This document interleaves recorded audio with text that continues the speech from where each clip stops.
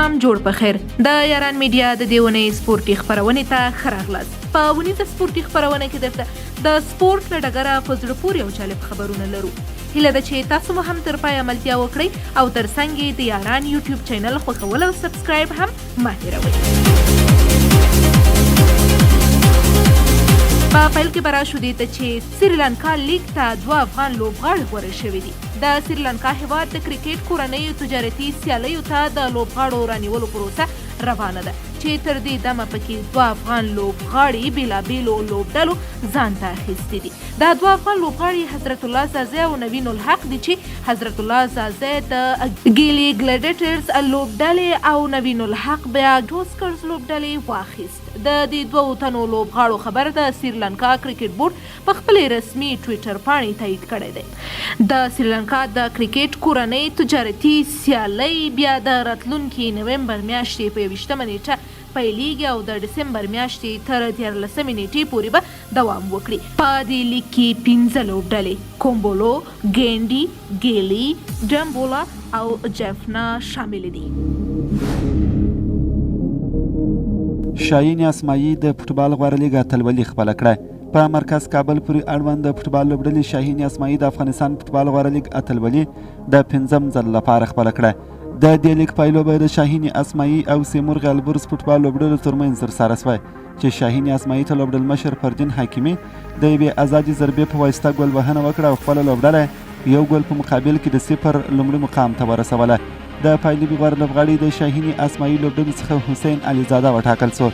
د لیګ غوره لوبغاړي د شاهین اسماعیلي لوبډلې لوبډل مشر فردین حکیمي وټاکل شو. د لیګ غوره ګول ساتونکی د شاهین اسماعیلي لوبډلې څخه کاوش حیدري ونومول شو. د لیګ زیات ګول وهونکي لوبغاړي د سیمور البرز لوبډلې لوبډل مشر مرتضی ارزویي وټاکل شو او د لیګ ځوان مردانه لوبډله بیا د میوند اتلانو لوبډله وټاکل شوه. د افغانستان فوټبال غوره لیګ دا 9م پړاو چې ترسره شو. دا لیګ 15 ځلې شاهین اسماعیلي، 3 ځلې توفان هریرود او 1 ځل بیا سپین غر بازانو ګټلی.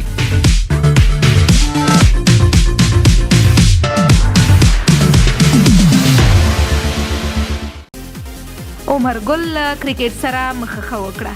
پاکستاني چټک بالر عمر ګل د اکتوبر په 14مه د جمعې په ورځ له هر ډول کرکټ سره خدای پاماني اعلان کړه. نوموړي په 2003 کې د پاکستان کرکټ لوبډلې ته راغی.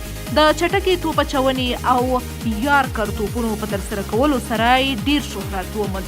عمر ګل تر 2014 پورې د پاکستان په لوبډله کې له مطرحو لوبغاړو بلل کېده او د غوره توپ اچونې سربیره یې کله کله خطرناکه توپ وهنه هم کوله. هغه د جمعې په ورځ وروسته له هغې کرکټ سره مخه وکړه چې د پاکستان په ملي شلوریزو لوبو کې د هغه اړوند لوبډله بلوچستان په حذف کوونکي لوبه کې د جنوبي پنجاب پر وړاندې ماته شوه او له سیالیو بهر شوه.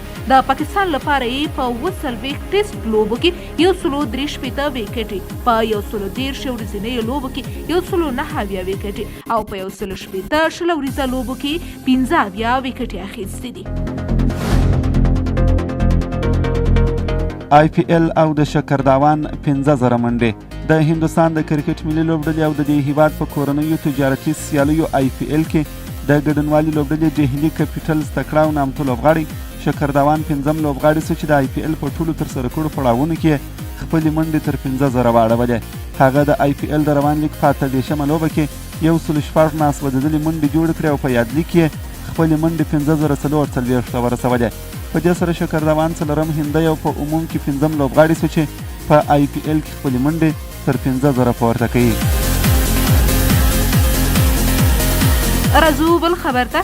په IPL کې د محمد سراج تاریخي کارنامه.